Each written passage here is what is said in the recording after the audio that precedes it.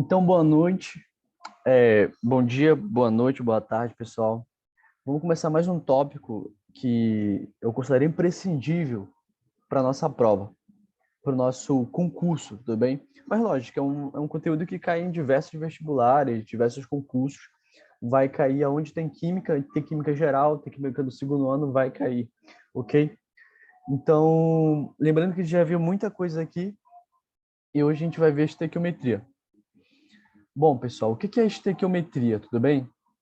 Primeira coisa, antes da gente enunciar, né, tudo isso, a gente precisa voltar lá atrás. Como assim lá atrás? Ver algumas coisas. Por exemplo, a gente precisa saber o que são reações químicas, tudo bem? E algumas leis ponderais exatamente das leis que regem as reações, tudo bem? Por exemplo, antes de a gente falar os maravilhosos trabalhos realizados pelos cientistas, né? A gente vai analisar os motivos que estimularam os estudos sobre tudo isso. Por exemplo, uma das primeiras leis que vai cair que normalmente é cobrada na nossa prova é a lei de Lavoisier, que até caiu no simulado. Para quem fez o simulado passado, do cursinho que eu mostrei para vocês, caiu, ok? Caiu, que foi a lei de Lavoisier, tudo bem? Vamos lá. O que foi que caiu, pessoal? Lei de... Como é que se escreve Lavoisier? Lavoisier. Lavoisier. Ok? Pessoal, situação. O que fala essa lei de Lavoisier? Que é importante, tá? Ela foi cobrada já e está no nosso tópico do nosso edital e muitos vestibulares cobram. O cientista francês Antoine Laurent de Lavoisier, o pai da química moderna, foi um dos maiores cientistas da humanidade, tudo bem? Seus estudos aí não se limitavam a somente essa parte da química, tudo bem? Lavoisier fez algumas experiências, tá? Primeiro, uma das primeiras experiências dele, né? Tomou uma substância sólida, atualmente conhecida como óxido de mercúrio, e aqueceu, ou seja, ele pegou o óxido de mercúrio e aqueceu. Essa substância, ela sofreu assim, ele olhou e viu que sofreu uma transformação, resultando em um metal líquido, conhecido desde a época de Lavoisier, que é o mercúrio. É um gás, no caso, que pelas próprias palavras de Lavoisier, é melhor que o próprio ar atmosférico para a respiração dos seres vivos. Este gás foi batizado por Lavoisier de oxigênio, que significa formador de ácidos. Ok? Aí o que a gente acontece? Lavoisier, olhando essa experiência, né, ele chegou em alguns conceitos. Depois de alguns estudos, ele chegou a alguns conceitos e na famosa lei: na natureza, nada se cria, nada se perde. Tudo se transforma. Ou seja, esse aqui que é um dos tópicos mais importantes que você tem que dar para a prova sobre Lavoisier. Na natureza, isso aqui é importante, que é muito importante. Na natureza,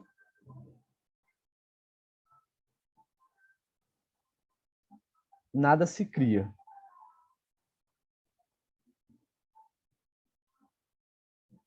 Tudo se transforma.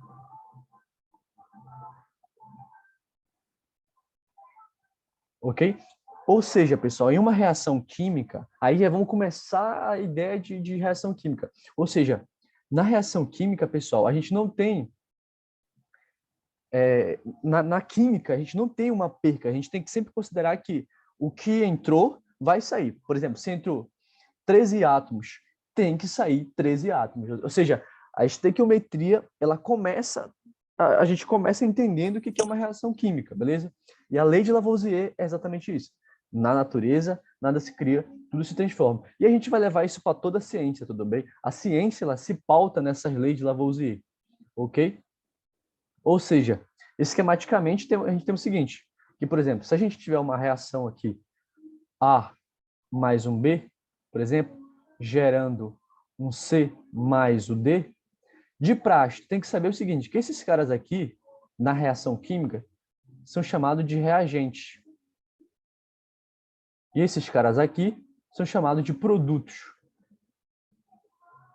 Ok? Ou seja, os reagentes normalmente são consumidos para se transformar nos produtos. E a massa, digamos, que foi iniciada aqui, tem que ser a massa finalística, ou seja, tem que ter a mesma massa no final. Perfeito? Por exemplo, a massa de A mais a massa de B tem que ser igual à massa de C mais a massa de D. Ou seja, essa é uma das leis ponderais de Lavoisier. Nada, natureza, nada se cria, tudo se transforma. Tudo bem? Por exemplo, vamos fazer uma reaçãozinha aqui. Vamos começar já a introduzir algumas reações. Vamos fazer, por exemplo, a reação da queima do enxofre, tudo bem? A queima do enxofre que produz o anídrico sulfuroso. Vamos ver o que é o anídrico sulfuroso. Por exemplo, imagina que tem um enxofre mais o O2, que vai gerar o famoso SO2. Tudo bem? SO2. Estão acompanhando aí? Ou seja, um aqui e um aqui. Por que um? Porque aqui tem aqui quem é? São os reagentes. Esses dois são os reagentes formando um produto. Aqui tem um enxofre e aqui tem um O2, ou seja, um O2 e um enxofre. Perfeito? Aí o que acontece, rapaziada? O que acontece? Nesse caso aí, a gente tem um probleminha. Vamos ler rapidinho o probleminha. A queima do enxofre produz o anídrico sulfuroso, um gás tóxico e de cheiro desagradável, como o odor do ovo podre. A reação pode ser esquematizada pela seguinte equação, ou seja, começamos a ver as equações químicas, que é o enxofre mais o oxigênio, que vão gerar o SO2. Agora ele faz a pergunta, quando temos 32 gramas de enxofre, né, reagindo com 32 gramas de oxigênio, em recipiente fechado, qual a massa de SO2 formada? Sabendo-se que não há sobra de reagente. Ou seja, a gente tem 32 gramas de enxofre reagindo com 32 gramas de oxigênio, ok? Ou seja, tu tem S 32 gramas e oxigênio 32 gramas. Então, qual vai ser né, a massa de SO2 formada? Bom, eu tenho que pegar isso aqui, ó. Por exemplo, o enxofre. Acabei de falar que ele é 32, ou seja, um mol desse cara aqui. Agora vai entrar a ideia de mol, tudo bem? Por exemplo, esse cara aqui, ele se chama, guardem isso, coeficiente estequiométrico. Estequiométrico. Perfeito? Esse cara aqui, são os coeficientes estequiométricos. E sabe o que eles pedem às vezes nas provas? Para você dizer a soma dos coeficientes estequiométricos dessa reação. Tudo bem? Ou seja, 1, 2, 3 seria o caso. Ok? 1, 2, 3, que seriam a soma dos coeficientes estequiométricos. Aí, nesse caso aqui, a gente tem a massa que um mol do enxofre tem, que é a massa do enxofre, né, que eu vou chamar de MS, é igual a 32 gramas. Isso aqui, pessoal, está lá na tabela periódica, e na prova ele tem que falar que o enxofre tem massa de 32 gramas. Ou ele falaria assim, ó, que o enxofre, né, 32 gramas por mol. Normalmente vem assim, ó. Ou seja, quer dizer que um mol tem 32 gramas. E o oxigênio, a gente sabe que a massa dele é 16. Só que aqui são 2 oxigênios, então vai ser 32 a massa do O2, 32 gramas. Ou seja, no final, se aqui nos reagentes eu tenho 64 gramas, né, de reagente, no produto eu tenho que ter 64 gramas. Ou seja, essa que é a ideia do Lavoisier. Se no começo a gente tem uma quantidade de gramas, no final a gente vai ter que ter a mesma. Ou seja, a resposta seria aqui. O SO2 tem 32 gramas por mol. Tudo bem? É bem simples, essa aqui é só para enunciar a lei de Lavoisier, a continuidade da lei de Lavoisier. Tudo bem? Agora a gente vai entrar numa ideia de Proust, tá? Também está na nossa prova, tudo bem? Mas eu não vou enunciar mais profundamente, eu vou só dar uma lida para vocês. Proust, né, também é francês e contemporâneo de Lavoisier, realizou diversas experiências em que pôde observar recorrências entre as proposições das quantidades de substâncias em um fenômeno químico, por exemplo. Aí a primeira constatação dele foi assim, quando a gente analisa a queima do gás de hidrogênio, que produz água dada pela equação, que eu vou mostrar para vocês em seguida, em uma primeira experiência, né, 4 gramas de hidrogênio reage completamente com 32 gramas de oxigênio, sem que haja sobras. Essa experiência foi realizada diversas vezes para garantir a exatidão desses resultados. E assim, com isso, né, indo mais para frente, essa regra de Proust, ela basicamente vem também abraçada, né, nos ombros, ele vem com o Lavoisier na cabeça, digamos assim. Aí ele chega ao seguinte enunciado: Proust, em uma reação química, as proporções das substâncias que participam efetivamente do fenômeno é constante. Ok? Só isso. Bem como a proporção entre os elementos químicos que formam uma substância pura. Ou seja, numa reação química, as proporções elas são constantes, tudo bem?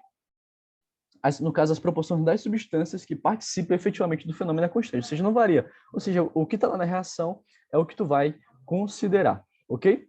Agora, pessoal, a gente entra exatamente no cálculo estequiométrico, tudo bem? A partir de ver um pouco de Proust e um pouco de Lavoisier, que Lavoisier fala o seguinte: na natureza nada se cria, tudo se transforma. A gente vai falar sobre o cálculo estequiométrico, tudo bem?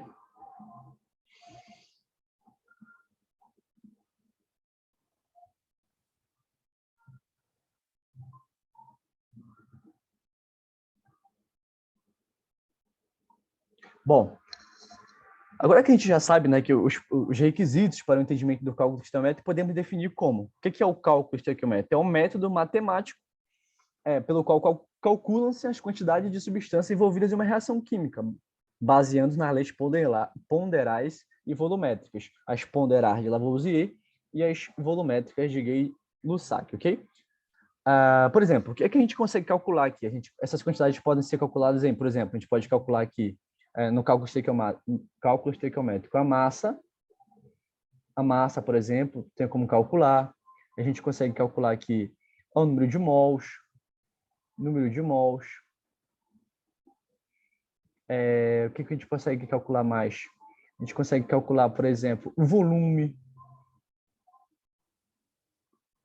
o número de moléculas e por aí vai, tudo bem?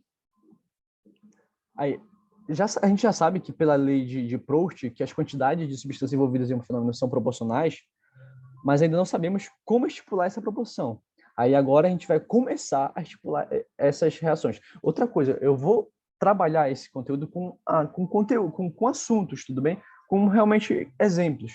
As proporções e o número de mols das substâncias envolvidas em uma reação é a mesma proporção dos coeficientes estequiométricos da respectiva equação química que representa tal reação. Aí, para analisar, vamos, por exemplo, fazer um exemplo. Vamos olhar primeiro um exemplo aqui. O N2, que é o nitrogênio 2, mais a água formando a amônia, por exemplo. Vamos lá no primeiro exemplo. Vamos fazer esse estudo através de exemplos bem concretos. Bem, vamos para o primeiro exemplo do nosso cálculo estequiométrico. Temos o N2 mais o H2 formando NH3. Para quem não sabe, a NH3 é amônia. E vamos fazer o seguinte. Essa amônia 2, né? Aqui tem 2 amônia, então vamos multiplicar aqui por 2, que é para ter 2N aqui. Aí aqui tem 2 vezes 3, 6, então a gente vai botar 3 aqui, ok? Ok? Os coeficientes estequiométricos estão aqui, 1, o 3 e o 2.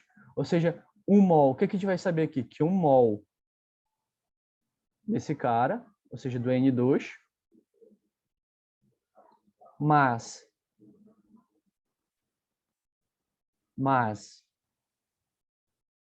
3 mol de H2, formando 2 mol de NH3. Ok? No caso aqui, 3 mols de H2 vão estar formando 2 mols de NH3, perfeito? Ou seja, pessoal, tem que saber o seguinte, que esse aqui, por exemplo, é um mol de N2. Aí o que isso quer dizer aqui? Isso quer dizer o seguinte, que, por exemplo, 1 mol de nitrogênio 2 mais 3 mol de H2 vão formar 2 mol de amônia, que é a amônia NH3.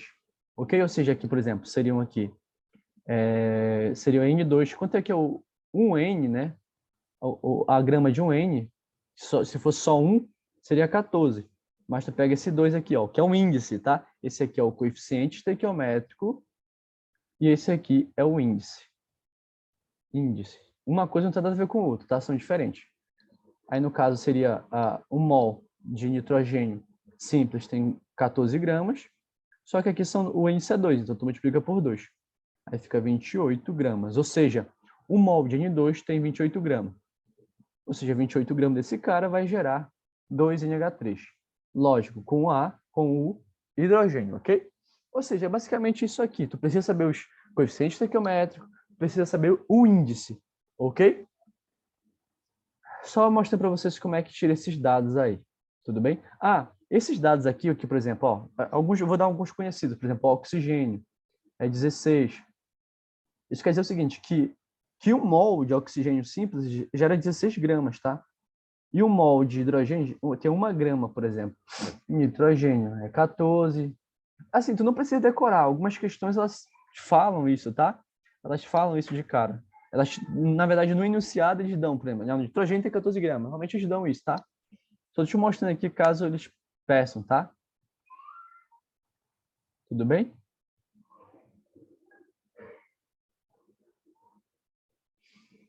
Tá.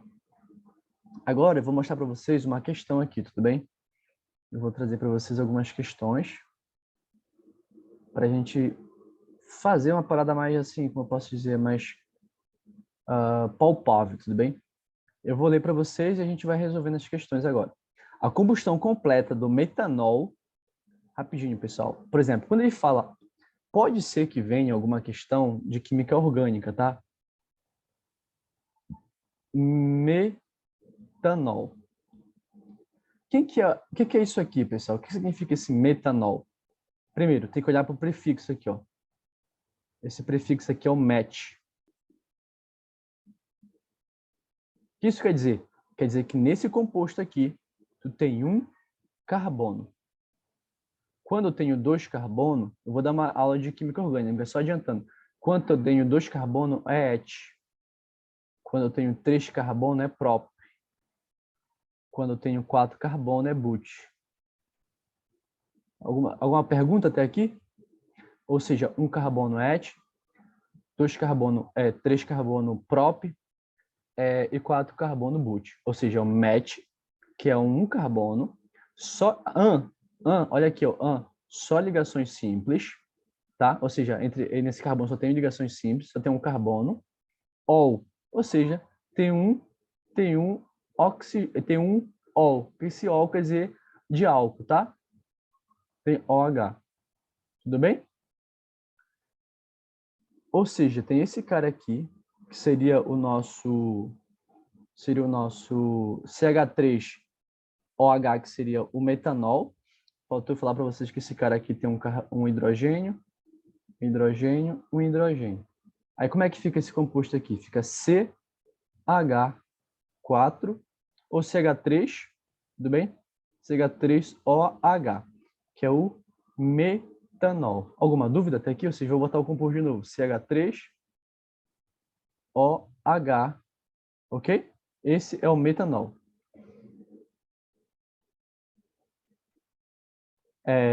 Para quem perguntou, é met, et, prop, but, pent. Aí vem o 7, vem o 8, o 9, e aí por aí vai, tudo bem? Mas acho que não precisa saber. Tenta decorar de 1 até 10, tá? Que já mata já. Só que tu tinha que saber o seguinte, que o metanol é esse cara aqui, tá? Se ele não te desse reação. Aí outra coisa muito importante para você, sempre que ele vai falar em combustão, é igual a queima, tá?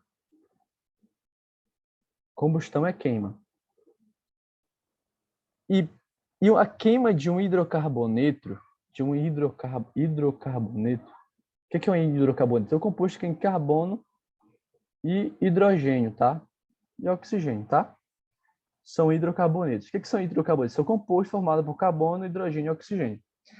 Pessoal, guardem isso. Se for uma queima, tu pega o composto que ele te deu, que é o metanol, e reage ele com O2. Por quê, Miguel? Quando você passar no bombeiro, você vai perceber o seguinte, que toda queima precisa ter oxigênio. Toda queima precisa ter oxigênio. Toda queima precisa ter oxigênio. E a combustão, ela é uma queima. Então, se você... Olha só essa reação que nós estamos montando, uma reação de combustão do metanol. O metanol, ele é um hidrocarboneto, porque só tem carbono, hidrogênio e oxigênio. Ou seja, ele... Tá vendo que eu estou montando de cabeça essa reação? Ou seja, o hidrocarboneto, o metanol, está reagindo com O2. Por que está reagindo com O2, Miguel? Porque é uma queima. E toda queima completa, guarde isso, toda queima completa vai gerar CO2 e água. Sempre, Miguel, sempre. Uma queima completa vai gerar CO2 e água. Tudo bem? Ou seja, agora a gente vai... Essa aqui é a nossa reação, ó. Tudo bem? Essa é a nossa reação. Vamos montar agora, vamos fazer o seguinte. Vamos tentar montar agora, eu vou ensinar para vocês a balancear uma reação. Tá vendo que não tem os coeficientes estequiométricos aqui na frente? Porque falta balancear. E como é que eu balanceio uma reação, Miguel? Escreve macho. Hã? Não entendi. Escreve macho. Por quê? Porque é com essa fórmula aqui, é seguindo esse passo aqui que tu vai balancear a equação. Vamos lá balancear comigo. Nessa reação aqui, tem metal? Ah, Miguel, mas eu não lembro quais são os metais. Vamos fazer aqui um parênteses. Metais são da família 1A. Assim, e mais comumente, e 2A. Eu já disse para vocês milhões de vezes sobre esses caras. É o metal alcalino e metal alcalino terroso. Tá? Metal e metal alcalino terroso. Aqui não tem, então descarta. Aí vamos para o próximo. Tem a metal? Não tem. Tem carbono? Tem. Então vamos balancear o carbono. Primeiro a gente balanceia o carbono. Então vamos lá. Aqui tem um carbono e vamos botar um carbono aqui. Balanceamos, um de cada lado, tá? Isso aqui é como se fosse um sinal de igual. Aí foi embora. Agora vamos balancear o hidrogênio. Prestem muita atenção. Vamos ao hidrogênio. Desse lado eu tenho 2. Desse lado eu tenho 4. Para balancear, eu multiplico aqui por 2. Por quê? Porque vai ficar 2 vezes o 2, que vai ser 4. Ou seja, aqui tem 4, aqui tem 4. Aí balanceamos o hidrogênio, vamos balancear o oxigênio. Aqui tem quantos oxigênio? 1. Não, vamos balancear essa aqui que está completa. Aqui tem 2, né? E aqui também tem 2. Então vamos... Aqui tem 3, ó. Percebe de novo. Aqui tem 2, aqui 2.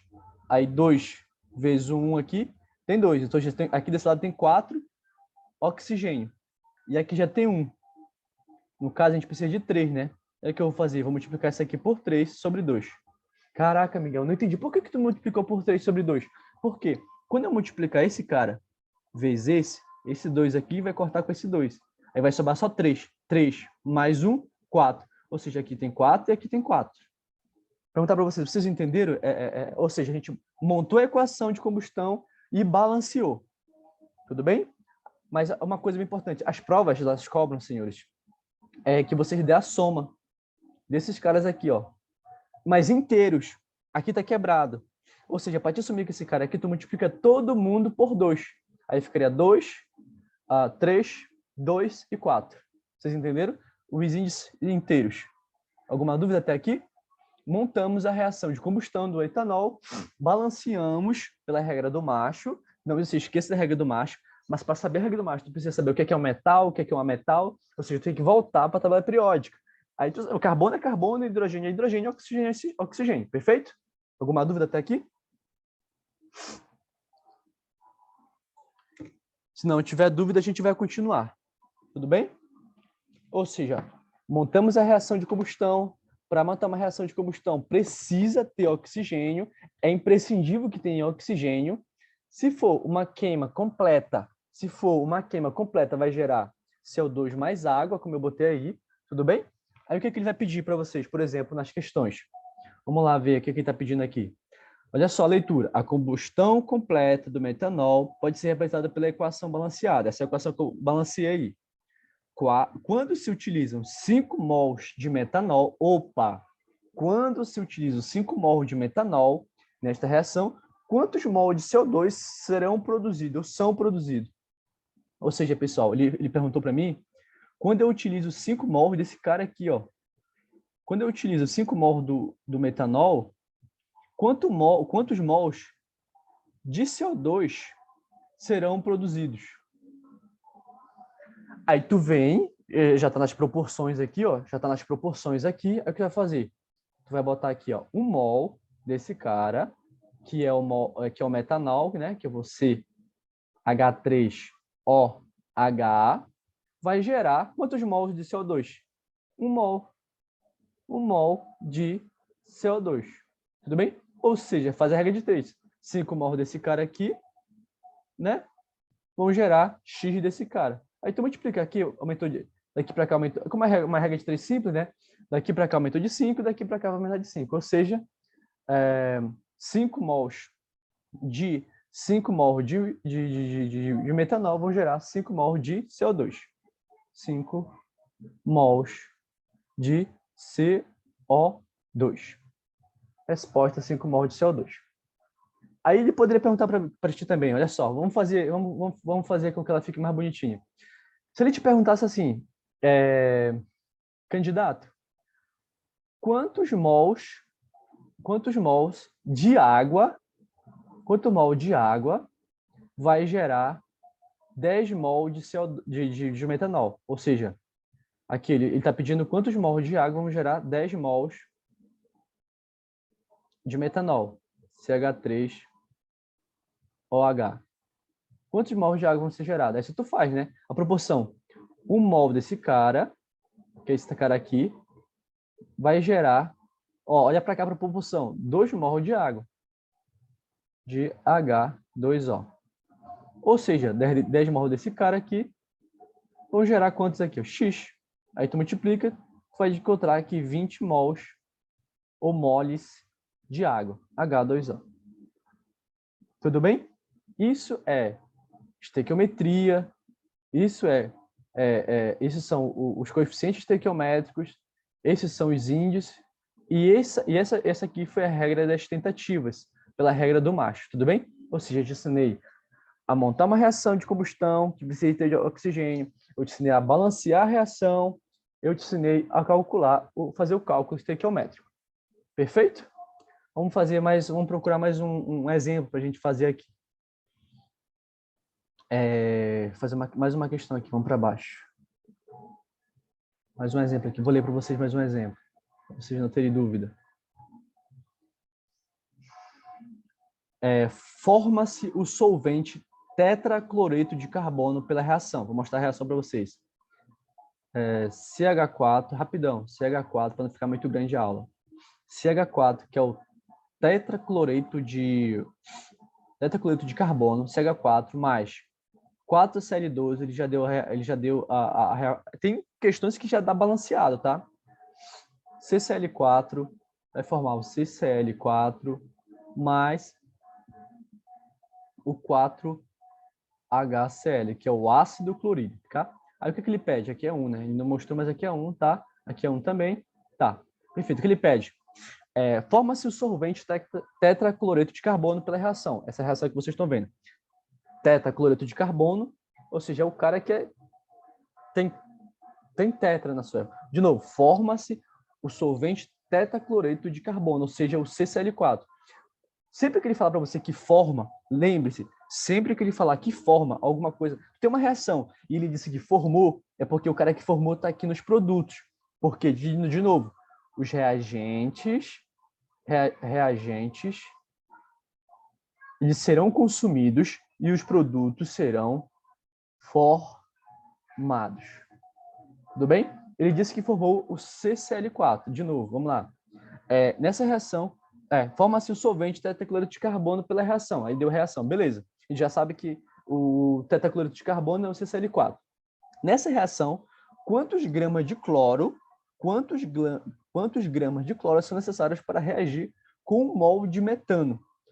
Metano a gente pode saber que é esse cara aqui, ó, porque um carbono é met.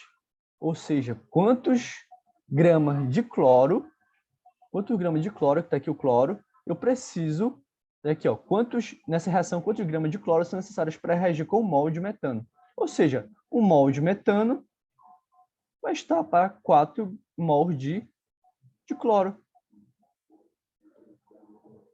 Ou seja, quantos gramas de cloro são necessários? Aí vamos fazer aqui, de cloro. Ele quer a massa do cloro, né? Aí como é que fica? quantos gramas de cloro são necessários para reagir com o mol de Cl4?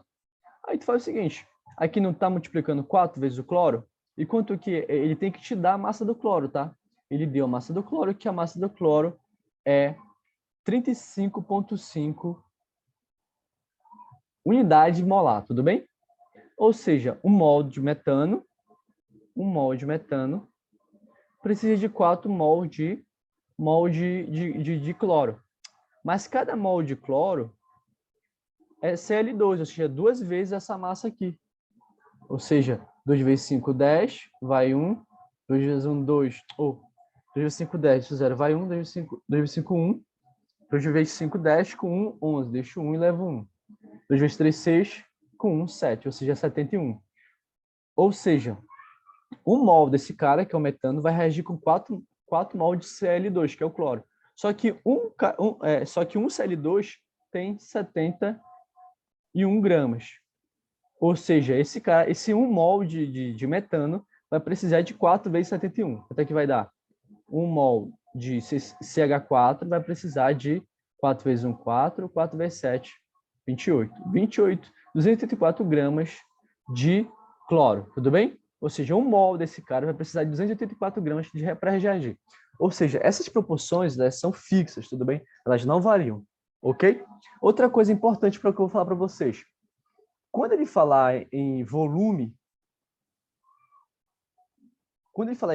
tu tem que saber decorado que pela IUPAC, né, que é a União Internacional da Química Pura e Aplicada, a IUPAC, pela IUPAC, 1 mol de qualquer composto, 1 mol de qualquer composto, ele mede 22,4 litros. Isso aqui é de praxe, pessoal. Vocês precisam saber disso.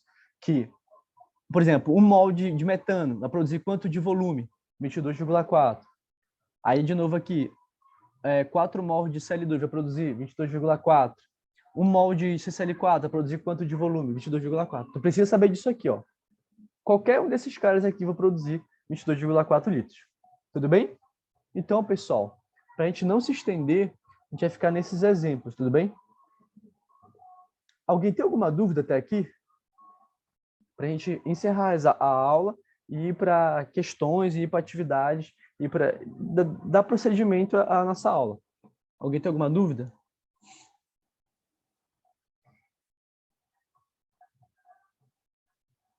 Tudo certo, então? Então, beleza, pessoal. A gente vai fechar a aula e vamos partir para os exemplos e para as questões. Beleza? Então, é isso. Bons estudos e valeu!